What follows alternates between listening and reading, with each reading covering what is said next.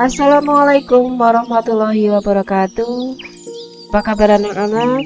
Kembali kita berjumpa dalam pembelajaran tentang tema 1 tentang selamatkan makhluk hidup, yaitu tentang perkembangbiakan hewan. Perkembangbiakan secara tidak kawin pada hewan. A. Ada membelah diri. Perkembangbiakan terjadi pada hewan bersel satu seperti amuba, protozoa, paramecium, dan virus.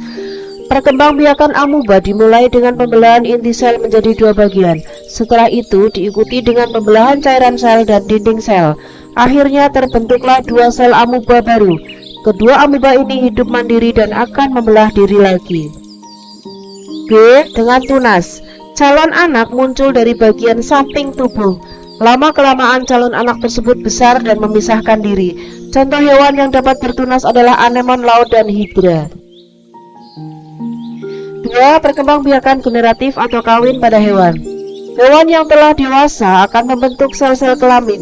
Hewan jantan akan menghasilkan sel kelamin jantan atau sperma, sedangkan hewan betina akan menghasilkan sel kelamin betina atau sel telur atau ovum.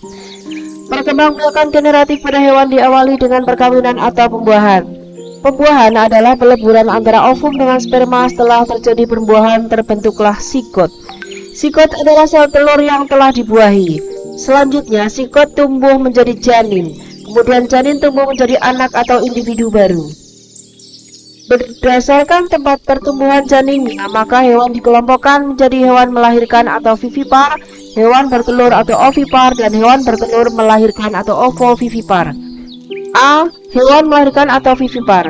Vivipar adalah hewan yang melahirkan anaknya. Hewan melahirkan atau vivipar mempunyai ciri-ciri sebagai berikut. 1. Janin tumbuh di dalam rahim induk betina atau masa kehamilan. 2. Janin memperoleh makanan dari induknya dengan perantaraan tali pusat atau plasenta. 3. Pertumbuhan janin relatif lambat.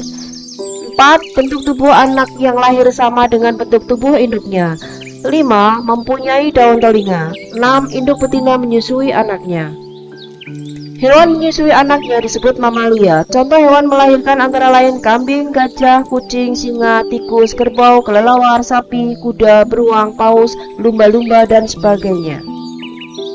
B. Hewan bertelur atau ovipar. Ovipar adalah hewan yang meletakkan telur di luar tubuh induk betinanya.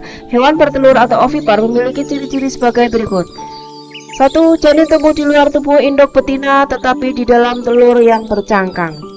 2. Janin memperoleh makanan dari cadangan makanan yang tersimpan dalam telur. 3. Janin tumbuh relatif cepat. 4. Bentuk tubuh anak pada umumnya sama dengan bentuk tubuh induknya.